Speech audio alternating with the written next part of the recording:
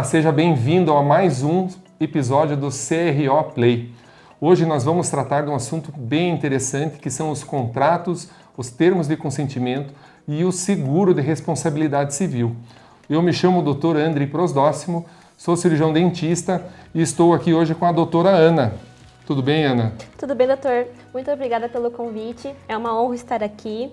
Eu me chamo Ana Paula, sou advogada da Pilate Advocacia. Atuo especificamente no direito da saúde e estou aqui hoje para auxiliar vocês, contribuir com vocês e que vocês possam usar isso no dia a dia de vocês. A ideia do CRO Play de trazer esse assunto a debate é que muitos cirurgiões dentistas têm grande dificuldade no saber qual é a real importância de um contrato, de um termo de consentimento e até mesmo ter um seguro de responsabilidade civil. E hoje a Ana está aqui justamente para tirar e sanar todas as nossas dúvidas. E eu quero te perguntar, Ana, como primeira pergunta, qual que é a importância do cirurgião dentista elaborar um contrato para realizar uma prestação de serviço no seu paciente? Certo, doutor. Bom, contrato, na verdade, nessa relação de dentista-paciente, ele é primordial, ele é essencial. Não tem como a gente não falar em não ter contrato, tá? Até especificamente, por exemplo, caso de implante, prótese, O contrato de prestação de serviço é um acordo de vontade entre as partes, Então, é nesse documento que vai constar qual é a obrigação do dentista, qual é o serviço que vai ser prestado, como que ele vai ser prestado e quais é a obrigação do paciente. Eles também têm obrigações, Às vezes a gente acha que a maior parte é só do dentista, mas não. Ambos têm as suas obrigações, O dentista tem a obrigação de prestar um atendimento àquele contratado, aquele procedimento contratado, da melhor técnica possível, da melhor forma possível, e o paciente com as suas obrigações de pagamento, de comparecer nas consultas pré- e pós-operatórias que interferem em um tratamento, por exemplo, de implante, de prótese, que precisa de retorno, O doutor pode muito bem explicar isso também. Então, é nesse contrato que a gente vai especificar tudo isso. Se um paciente, por exemplo, não comparece nas consultas obrigatórias, a gente pode rescindir esse contrato, Pode caracterizar que ele desistiu desse tratamento, que ele abandonou esse tratamento. Então, se ele tiver algum dano, alguma questão, não decorre do serviço prestado, decorre de uma conduta própria dele. E isso a gente consegue deixar claro e deixar, assim, vamos dizer, combinado, acordado entre as partes por meio de um contrato. Então, tem que ter, é primordial. E o que eu sempre falo, não dá para a gente ter um modelo para todos os casos. Isso é muito importante. Eu vejo, de processos que a gente tem, que é igual para todos os casos. Um Ctrl+C, um Ctrl+V nos contratos, Não tem como ser igual, porque às vezes, na verdade, o paciente não é igual também. O que ele tem especificamente não é igual do outro. Eu preciso, às vezes, acrescentar alguma coisa especificamente desse paciente. Então, o contrato, ele é necessário e deve ser individual para cada paciente. E, se possível, um contrato elaborado, por um advogado especialista, que deixe todas as cláusulas ali que resguardem tanto o dentista quanto o paciente também. E nesse ponto que você colocou, que resguarde os dois lados, no entendimento jurídico, isso poderia, num caso de um contrato, prevalecer somente um lado, vamos pensar nós, cirurgiões dentistas, esse contrato poderia perder validade no momento de um processo judicial? Até pode, porque ele pode se tornar um tanto quanto abusivo, talvez. Então, eu não acho vantajoso para nós preservar só uma das partes, Porque se o paciente não cumpre a parte dele, afeta a gente também de uma forma ou outra. E se eu deixo de colocar algo da parte do dentista, por exemplo, para a gente não se complicar, se vier um processo, a gente vai acabar se complicando da mesma forma, porque não constou isso no contrato, Uhum. Então, a gente é muito correto nisso, que não é vantajoso, Um outro ponto, Ana, você estava comentando, que um contrato é diferente entre pacientes, até me surpreendeu, porque o meu é engessado para minha realidade dentro da minha clínica, Uhum. E isso a gente vê muito, entre colegas, de um contrato, um ceder o seu contrato para o outro. Sim. né? E eu costumo dizer, queria confirmar com você, que um contrato ele deve ser dinâmico.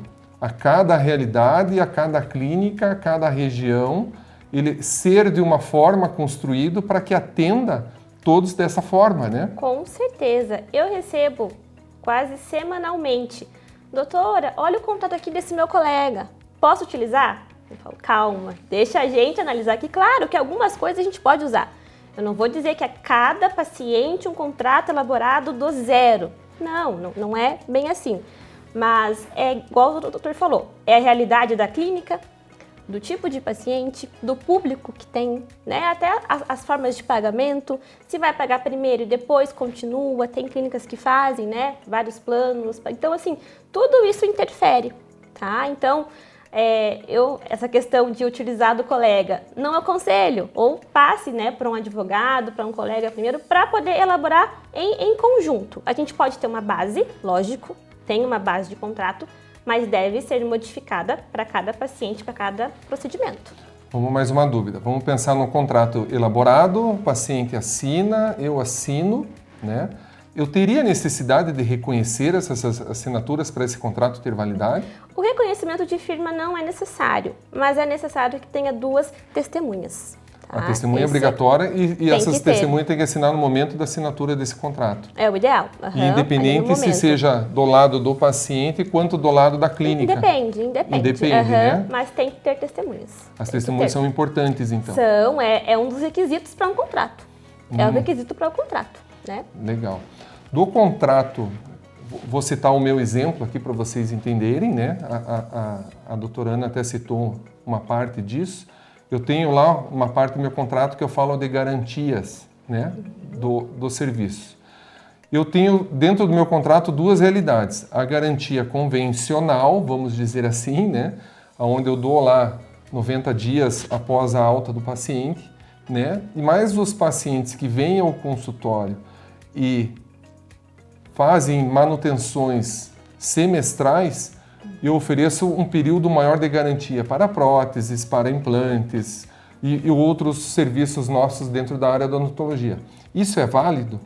Claro, com certeza. Os 2 valeriam? Vale até, né, a questão de fazer a manutenção. Obviamente acaba tendo uma maior durabilidade, né, de uma prótese, de um procedimento. Então é válido sim. E aí parte de uma escolha do paciente em querer retornar. Eu vou retornar para eu poder manter a minha garantia, para eu verificar como estão as minhas próteses, a minha condição bucal. Então é válido, com certeza. E isso juridicamente depois vamos pensar um paciente que não veio a essa manutenção, vamos dar esse meu exemplo, né, da garantia estendida. Se ele falha nessa garantia, ele pode exigir isso judicialmente? Não, mas lá no contrato estava especificado que eu teria que estar lá, o doutor daria 5 anos de garantia numa prótese, mas ele não está dando agora, né? Exigir, entrar com uma demanda, ele pode, né? Eu falo, não tem como a gente impedir, tá? Mas a gente consegue demonstrar o que foi de fato acordado, o que constou no contrato. Existia uma garantia de 1 ano, de 5 anos, de 90 dias, desde que há uma condição do paciente.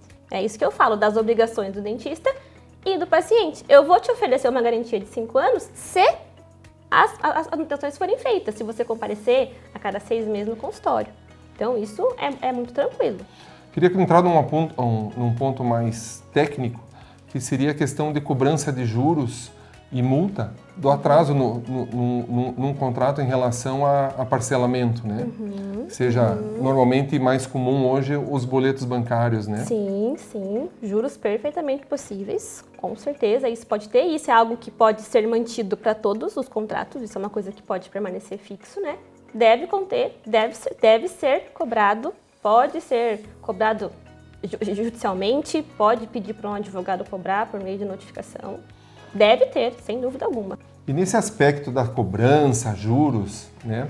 Vamos pensar na situação onde o cirurgião dentista realizou judicialmente a cobrança, né, de um tratamento realizado e finalizado, mas o paciente chega e deprecia o tratamento de alguma forma, com uma quebra, com uma predisposição ao lado negativo e justificar esse não pagamento pela essa depreciação. Como proceder em relação a isso? Isso é plenamente possível de ingressar com uma demanda de cobrança. Deve ser cobrado. O tratamento foi prestado, foi finalizado, foi entregue e ele não pagou, a cobrança ela é perfeitamente possível, tanto extrajudicial, protesto ou até a própria ação judicial mesmo de cobrança. Deve ser cobrado. Claro, precisa ter um contrato. É melhor que exista um contrato. Então, por isso a gente fala, novamente voltamos na importância de um contrato. Perfeito. Hoje, na rotina do meu consultório, nenhum procedimento se inicia se não houver assinatura de um contrato, né? Nem que seja ele a um primo, a um parente, né? Mas que na hora que ocorrer alguma coisa, a gente está respaldado, né? Em cima de um contrato e os dois acordados com aqueles assuntos tratados lá dentro, né? Com certeza, com certeza. Vamos puxar um outro assunto que seria muito interessante para nós, cirurgiões dentistas, que são os termos de consentimento. Até onde eu posso ir com um termo de consentimento a um paciente, né? Vou dar um exemplo. Um paciente que é fumante ou diabético, eu posso colocar e gerar um termo de consentimento de consciência que ele é fumante e diabético e isso pode levar à perda do implante e me eximindo de responsabilidade em relação a esse tratamento? Não pode, como deve. É um dever, na verdade, do dentista e ele pode estar até incorrendo em uma negligência informacional se ele deixar de constar isso, tá? Então, o termo de consentimento, assim como o contrato, acho que o termo é o mais importante nessa relação de confiança ali, dentista-paciente. Tem que ter. E da mesma forma, ele não deve ser engessado, né? Em hipótese alguma. O termo ainda mais ainda, sabe? Tem casos, até com o doutor já conversamos sobre isso, de fazer no momento que o paciente chega. As condições, um paciente diabético, fumante, aconteceu outras situações, vários problemas de saúde, a gente cria um termo para ele, porque ele vai ter outros riscos, ou riscos maiores, do que tem algum outro paciente sem nenhuma comorbidade, por exemplo. E o que eu vejo e eu percebo e me questiono, a gente elabora alguns termos também, né? A gente encaminha.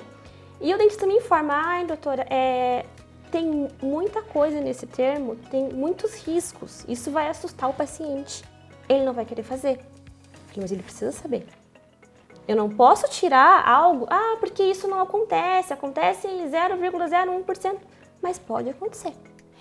Então, são algo assim que não tem como a gente tirar, a gente não pode deixar de colocar nada, absolutamente nada. Eu vou citar um exemplo aqui, que é minha rotina do consultório, e vamos ver a ideia aqui é que seja dinâmico, né? E que todos entendam, né, que o termo de consentimento é uma coisa orgânica, deve ser formado de acordo com as realidades. Eu realizo muito protocolo dental, né? Seja arco único, maxila ou mandíbula e arco duplo, né? Os dois arcos.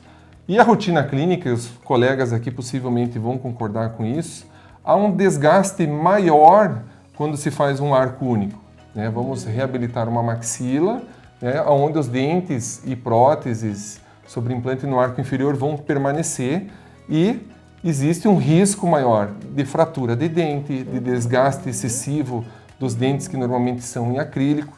Fazer um termo e colocar essas condições para o paciente também é válido? Com certeza. Assim, é um dever colocar. Isso vai criar um respaldo técnico. Vai criar um respaldo, talvez vai assustar um pouquinho o paciente, vai falar, nossa, mas eu vou ficar com algo que, né, tem um risco maior de quebra e tudo mais, mas cria um respaldo. Se acontecer de vir a quebrar depois de alguns anos, olha, estava aqui, eu te informei. Você estava ciente que isso poderia acontecer. Então, deve conter. E assim, o que eu sempre falo, a gente tem que sempre lembrar que o termo de consentimento é pro leigo, né? Não é para um outro dentista, algum profissional da saúde que tenha conhecimento. Termo simples. Não dá para fazer um termo completamente técnico. Eu não posso colocar termos com várias palavras técnicas. O paciente não vai entender. Ele não vai saber. Ele vai assinar, mas ele não vai saber. Ele não vai saber o que ele está lendo. Então, se quiser deixar técnico, vai ter que traduzir também. Então, quer colocar um termo técnico? Explica ao lado. Significa tal coisa. Sutura, por exemplo, dar pontos. Tem que explicar ao paciente. Nada muito longo. Nada muito complexo. Eu vi termos com doutrina já. Não faz sentido. Não tem porquê, não precisa colocar isso para o paciente, ele não vai ler. Então, simples, contendo tudo e a fácil leitura para o paciente. É importante, então, ler junto com o paciente e explicar antes da assinatura disso. Também, o que a gente orienta? Ou ler junto com o paciente, ali lendo com ele, grifando as partes mais importantes para ele, olha, aqui estão todos os riscos, ou dar um tempo hábil para ele ler esse termo. O que eu sempre aconselho? O paciente chegou no consultório, vai marcar procedimento de implantes, por exemplo, daqui a uma semana. Ele vai levar o termo hoje para casa, vai ler, vai conversar com a família e no dia da cirurgia ele traz o termo assinado, né? E coloca no prontuário, entregue o termo de consentimento para o paciente. Então ele teve o tempo dele para ler, mas se ele não leu é uma questão dele. Mas a gente consegue demonstrar que ele levou esse termo, ele teve a chance de ler e tirar as dúvidas, tá? Então o que eu digo sobre isso? Eu não oriento que entregue o termo no dia do procedimento. Não dá tempo de ler e de tirar dúvidas e de pensar se eu vou querer me submeter a um procedimento que traz riscos para a minha saúde também, né? Então, para a gente se resguardar, entregue o termo antes ou leia com o paciente, pergunte se ele entendeu, peça para ele fazer grifos em todas as páginas. Nos nossos termos, a cada parágrafo, a cada tópico, há uma linha para assinatura. Li, compreendi, entendi, tem alguma dúvida, coloca a dúvida ali também, para se resguardar. Eu atendi esses dias um advogado e no meu termo lá tinha assim...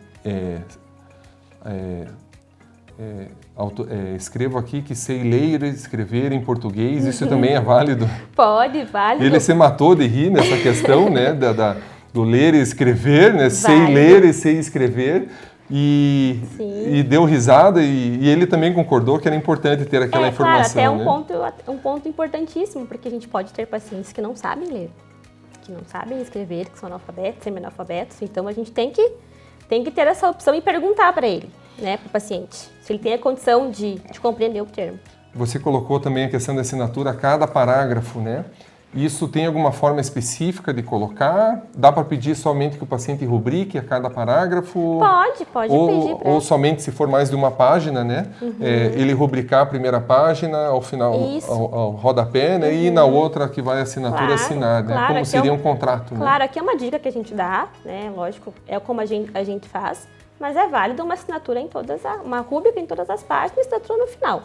E eu oriento também que deixem ao final também um espaço para o paciente escrever algo que ele também deseja ou alguma coisa que foi acrescentada durante a leitura com o paciente ali também.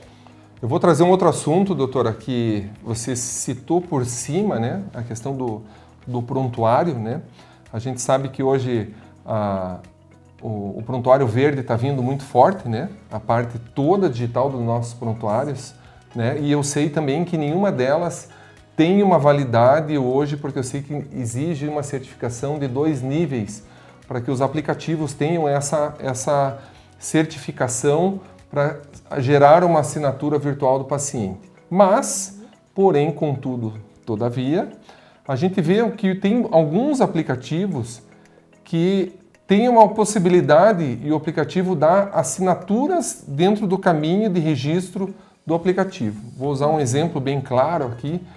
Eu agendei o paciente e se for lá depois no histórico desse agendamento, eu sei que foi o Dr. André que agendou esse paciente em tal horário e tal dia. Né? Tem um registro. Tem um registro, como se fosse uma auditoria interna. Né?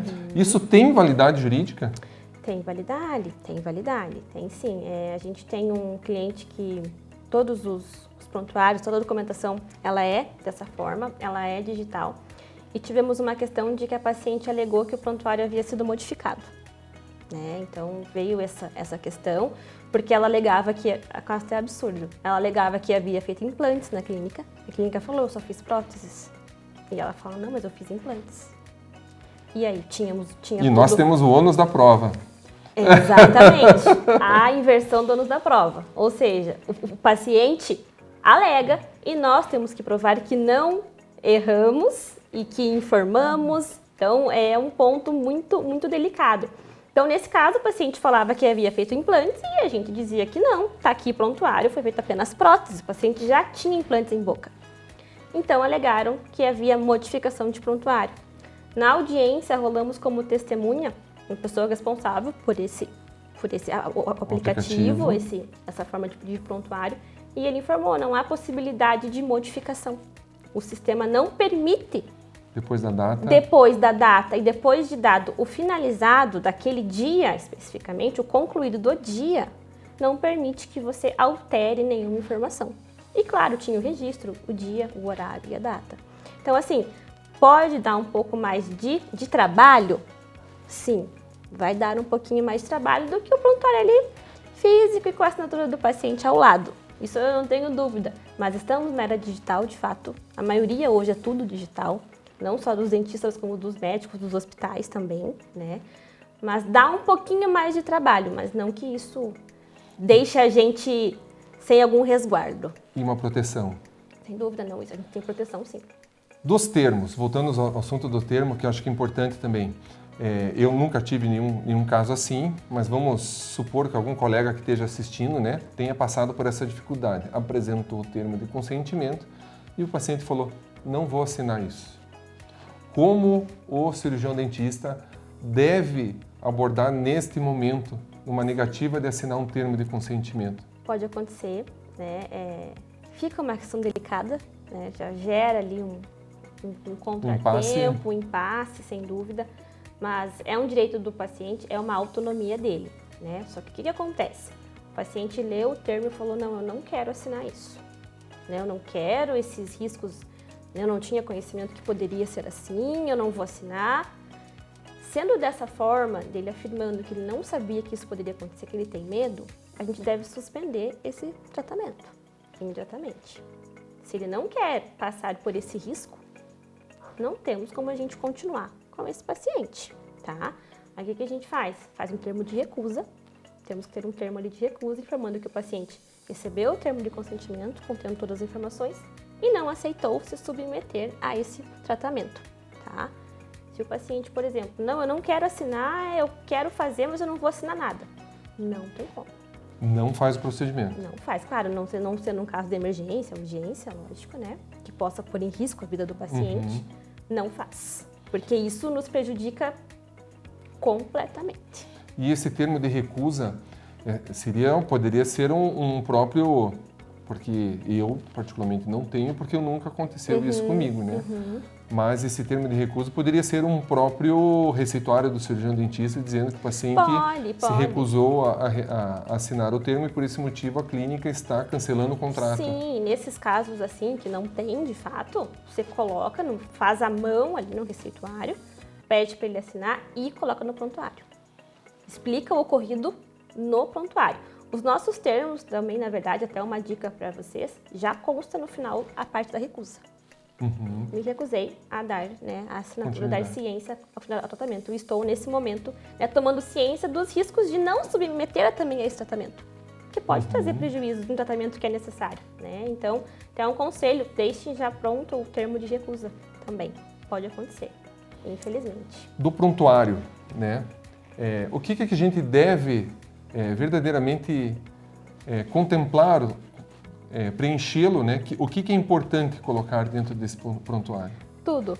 Tudo? O prontuário é a nossa vida no processo, né? Então, o prontuário em si, ele não é só o atendimento ao paciente. Ele é o termo de consentimento, ele é o contrato, ele é a ficha de anamnese, ele é a ficha clínica, ele é os exames. Então, tudo precisa ter no prontuário. E os atendimentos. Não importa se foi um atendimento que durou 1 minuto. O paciente foi te dar uma dúvida no consultório. Deve constar no prontuário, deve ser aberta ali o dia que ele esteve. Foi só sentou na cadeira por 1 minuto para eu olhar e fiz um orçamento e depois ele não voltou. Tem que ter sido aberto a ficha para ele. A gente tem um caso no escritório que tivemos que recorrer, inclusive, de uma paciente que foi ao consultório da nossa cliente, uma consulta de emergência, a prótese, precisava colar, e ela era de outro profissional. Então, foi na nossa cliente, a doutora fez apenas essa colagem da prótese e a paciente nunca mais retornou. Ela ingressou com um processo judicial contra a nossa cliente, dizendo que a prótese que ela fez não estava boa. A doutora não fez nenhuma prótese. Foi uma única consulta, não há nem tempo para fazer uma prótese na hora, não é algo pronto, né? E a doutora não tinha aberto ficha. Não existia qualquer registro, qualquer, como se a paciente não existisse na clínica. E o ônus da prova é nosso. A paciente falou que fez, a gente falou que não fez, mas não tinha sequer um documento. Daí complica. Então, assim, o prontuário, não deixem de anotar. Por mais uma linha que seja, uma dúvida do paciente que compareceu ao consultório, deve constar. Deve constar também, assim, até situações dentro do consultório. Vamos pensar uma consulta de retorno, o paciente demonstrou uma insatisfação, seja ela qual for, dentro da área nossa da odontologia, mas é necessário colocar lá e descrever essa insatisfação de como ocorreu isso durante o processo da consulta? Sem dúvida alguma, sem dúvida. Ou até não precisa nem ser em consulta, o paciente mandou um WhatsApp reclamando ou me ameaçando, né, de alguma demanda, isso deve constar no prontuário. E se ele manifestou insatisfação em consulta, deve constar. O paciente manifestou insatisfação, expliquei ao paciente, e daí relata o que passou ao paciente. Isso sem dúvida alguma, deve constar. Agora a gente também vai entrar em algo novo dentro da área da odontologia, que é a lei da LGPD, né? E se em algum momento o paciente chega, notifica a clínica, seja ela extrajudicialmente, seja ela judicialmente, ou simplesmente apareceu lá e eu quero meu prontuário. Como eu, cirurgião dentista, devo proceder em relação a isso? Primeira coisa, é uma dúvida que eu recebo também semanalmente. Doutora, fulano está me pedindo prontuário, o que eu faço? Primeira coisa, o prontuário ele é do paciente. Ele está apenas sob a guarda do dentista ou da clínica, tá? Então, é um documento dele, tá? Isso tem que ficar muito claro, a gente não pode ficar com essa documentação, a gente não pode se negar a entregar, tá? O que precisa? Precisa encaminhar uma cópia ao paciente. A original fica guardada na clínica, fica ali com vocês, mas tudo precisa ser encaminhado. Prontuário, as fichas, os exames, tudo que é do paciente deve ser enviado para ele. O que eu oriento é fazer um termo de entrega e não apenas dizendo entreguei prontuário ao paciente, mas colocando no prontuário contém tais exames, descrever a ficha, os itens dentro. Descrever os itens, para ele não falar depois, o doutor não me forneceu tal exame. Uma radiografia que eu fiz lá. Exatamente. Então, se resguardar também nisso de fazer ele dar a ciência do que ele recebeu. Até mesmo quando não tiver, né, um exame, né, específico, né? Exatamente. Esse prontuário consta ficha de anamnese, ficha clínica de atendimentos, radiografias periapicais de tal dente, tal dente, né? Ou se não houver nenhuma radiografia, não a presença de nenhuma radiografia periapical, porque nós temos o ônus da prova. Se ele alega que tem essa radiografia lá, que fez o exame, o termo vai estar descrito que não teve esse exame realizado. O que acontece que eu percebo? O paciente chega com o exame já, fez em outro local. O dentista analisa e devolve ao paciente. E esse exame não fica registrado na clínica. O paciente perde esse exame. E fala que está na clínica. A gente está com o processo suspenso há 180 dias, porque estão tentando localizar o exame. E já nos intimaram inúmeras vezes pedindo esse exame, a gente já falou. Foi analisado pelo médico, que de fato, esse caso foi de um médico. Ele solicitou de fato e devolveu ao paciente. Depois, após a cirurgia, foi entregue. E ninguém tem esses documentos. Ninguém lembra qual era o laboratório que foi feito. Então, o que eu aconselho? Receber um documento, tente algumas vezes, eu entendo que a radiografia às vezes é ruim de você tirar uma cópia, mas alguma coisa precisa contar ou colocar no prontuário. Recebi o exame do paciente e devolvi no mesmo dia. Isso, exatamente. Registro. Prontuário, novamente. Prontuário, né? E a questão hoje com fotos, né? De antes e depois, tanto aquelas onde tem o termo hoje, né, de divulgação dessas imagens quando o paciente autoriza num termo, mas mesmo aquelas que a gente faz também, que hoje o advento da tecnologia, né, e acho que a gente até pode incluir aí os escaneamentos, né, das moldagens virtuais e modelos de gesso, né, como a gente proceder em relação a isso, mesmo aqueles que vão ficar dentro do nosso espaço, dentro da nossa clínica, né? Dentro do nosso consultório. Eu aconselho que eles sejam entregues ao paciente também, fornecidos uma cópia ao paciente, porque o que eu falo nisso com muita tranquilidade de entregar ao paciente a documentação? Porque tem casos que já nos evitou o processo. Quando o paciente pede prontuário, tem alguma coisa. Ninguém pede qualquer documentação à toa. Se você tem uma documentação bem elaborada, se você tem as fotos do antes e depois, que você dali demonstra um resultado obtido, uma melhora obtida. Tem os exames, tem o prontuário que demonstra que tudo que foi feito, as consultas de retorno, as queixas do paciente, tudo que foi sanado, ele vai pegar isso, vai levar para o advogado vai ler e vai falar, olha, não é bem assim como você está me contando, né? Então, é bom a gente entregar isso para o paciente. Às vezes a gente fica com medo. Ai, meu Deus, e agora? Eu falei, entrega. Essa é a nossa Poupa tempo a vocês, né? Também, eu vou dar para todo mundo, né? Então, assim, aí se ele quiser ingressar depois de ter lido, é uma escolha dele também. Mas uma boa documentação faz o paciente pensar. Dessa questão ainda da documentação, vamos pensar num outro exemplo. O paciente veio, fez o tratamento, chegou no final do tratamento, a gente sente quando está insatisfeito, pensando dessa forma, ele fala assim, eu gostaria que você deletasse todas essas fotos. Você deleta ou não deleta? Não, é um documento que faz parte do prontuário. Isso tem que ficar muito claro, a gente vai estar adulterando informações que não são só para o paciente. Vai resguardar o dentista também, o profissional da saúde em si. Então, não é só porque é uma foto dele, eu quero que apague essa foto. Ele faz parte de uma documentação. É como se eu pedisse para tirar um exame do prontuário. Eu vou estar modificando o prontuário, tá? O que a gente, né, se o paciente falar, eu não quero que divulgue, claro, perfeitamente é uma decisão dele, tá? A divulgação, uma postagem de rede social.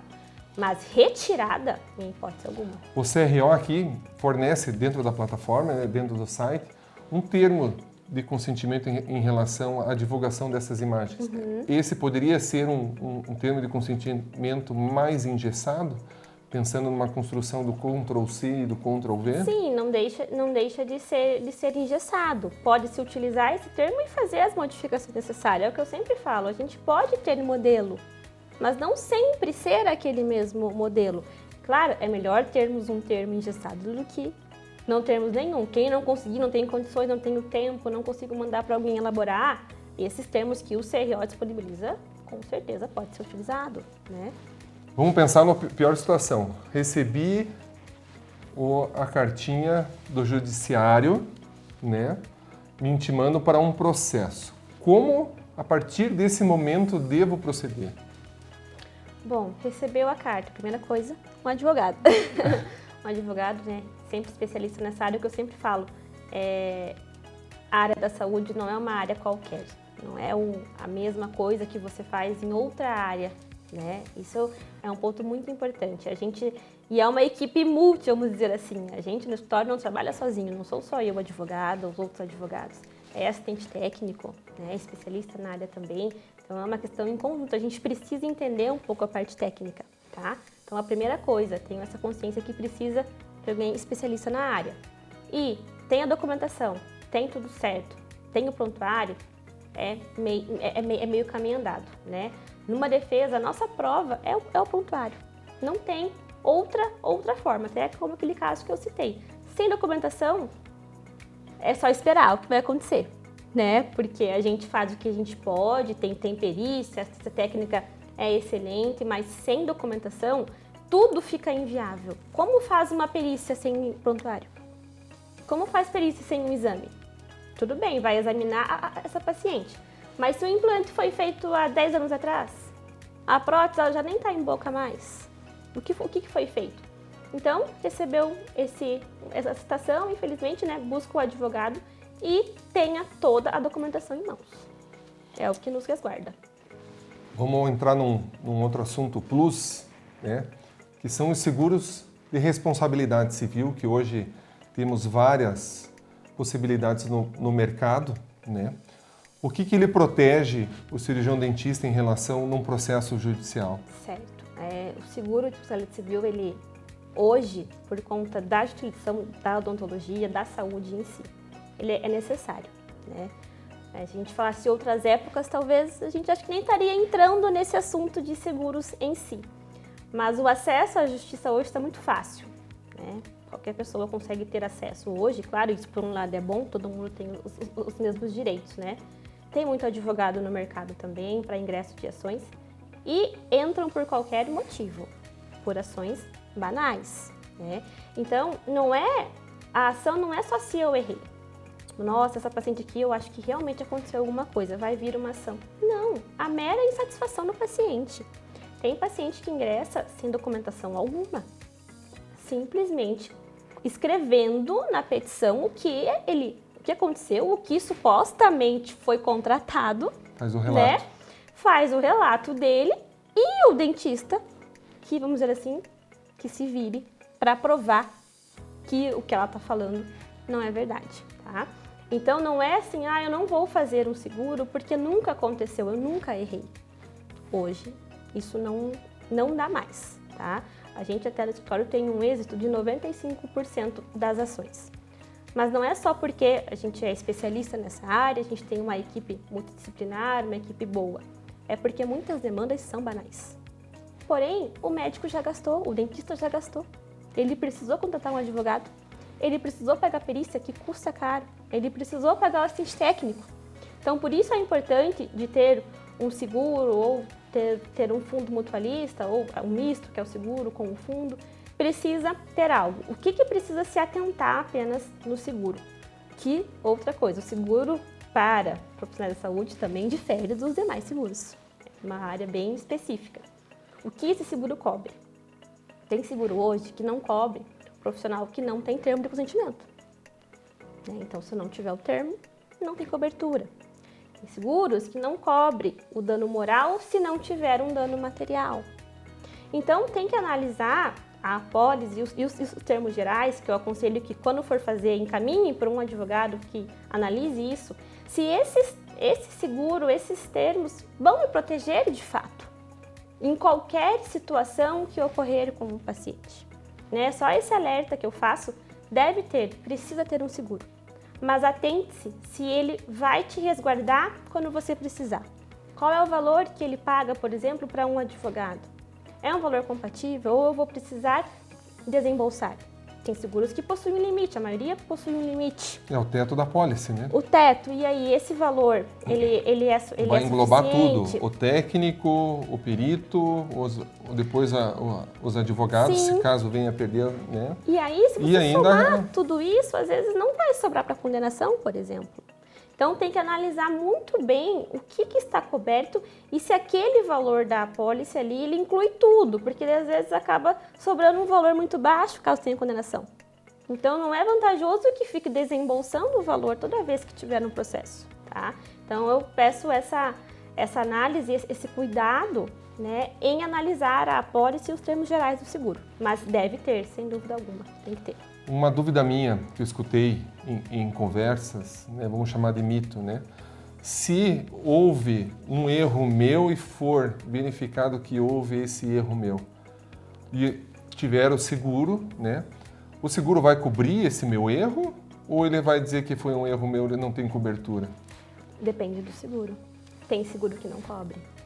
Quando há identificado que houve de fato uma culpa, falha, que houve um dano, tem seguro que não cobre. Esse é um ponto muito importante. Então, analisar essa primeira coisa, porque de fato uma falha pode acontecer. A gente sabe que pode acontecer. E outro ponto importante, tem seguros que não cobrem processos no órgão da classe. Então, um processo ético no CRO, por exemplo. Tem seguros que não cobrem essa parte. Um processo criminal, o paciente pode ingressar. Temos casos em que o paciente acha que foi lesionado, que teve lesão corporal. Tem apólices que não cobrem parte criminal. Tá? Então, é um ponto bem importante que isso vai depender do seguro. Então, antes de assinar um contrato, ter talvez pode até ser um advogado conhecido, amigo, né, pensando nos custos nossos, né, sim. que ele analise o regimento desse contrato para ver o leque de cobertura. Exatamente, para ver se é vantajoso pro dentista em si, se em algum momento ele não vai precisar desembolsar. E às vezes é bem nesse momento que tem um processo. Então tem que tomar muito cuidado, mas eu deixo muito claro que vocês precisam ter, de fato. Hoje a gente está numa era assim as demandas aumentaram muito e o processo custa muito caro. O processo custa caro. É importante, então, um seguro de responsabilidade civil, então, para nós. Sem dúvida alguma, vocês precisam ter, porque o processo vem independente de ter informado o paciente, independente se está perfeita a documentação, como a gente citou aqui. O que é uma documentação perfeita? Você pode ter essa documentação. Isso não te evita de um processo. É o que eu sempre falo. Às vezes eu pergunto, o que pode me evitar de processo? Bom, evitar o paciente entra a hora que ele quiser. O que eu posso te orientar é como te resguardar. Né? Então, a gente tem êxito, claro, porque a documentação é boa, né? Mas tudo bem, ganhamos a demanda, mas o dentista ficou com um prejuízo. Pagou o advogado, pagou as custas, pagou a perícia, já teve seu prejuízo. Tá? Então, por isso a importância, sim, de um seguro, com certeza. Então é isso, pessoal. Quero agradecer o tempo que vocês ficaram aí conosco, né? Nesse assunto que é tão grande em relação a contrato, termo de consentimento e até mesmo o seguro de responsabilidade civil. E quero me colocar à disposição aqui dentro do Conselho Regional de Odontologia, Seção Paraná, a sanar qualquer dúvidas. A doutora Ana, acredito que também da mesma forma, né? Estamos aqui para contribuir, a deixar aqui como resenha final, né? Que eu já tenho um contato com a doutora Ana em alguns processos e ela me serve como jurídico dentro da minha clínica, né? Então ela faz várias orientações e digo como experiência minha própria a importância de nós termos um seguro de responsabilidade civil e também essa consultoria jurídica nessas pequenas miudezas. A doutora Ana vai concordar aqui com a cabeça, eu tenho certeza, que até mesmo uma mensagem meio rançosa do paciente ao WhatsApp da clínica, dependendo da tratativa que a gente já leva a esse assunto, podemos evitar até uma notificação extrajudicial ou até mesmo uma judicialização do processo com as informações que vai passar para o paciente nessa conversa no WhatsApp.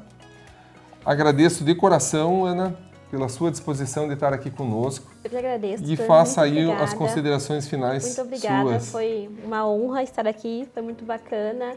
Espero que eu tenha contribuído um pouco com o dia a dia, com a rotina de vocês. Tudo que a gente conversou aqui é extremamente importante. A gente pensa realmente em evitar processos, a gente quer evitar, a gente quer que vocês prestem melhor atendimento também, né, nessa parte de documentação. Então, contem comigo, estou à disposição também. Doutor, mais uma vez, obrigada pelo convite. Foi uma honra. Obrigado você pela tua presença. E obrigado a todos que ficaram conosco até agora.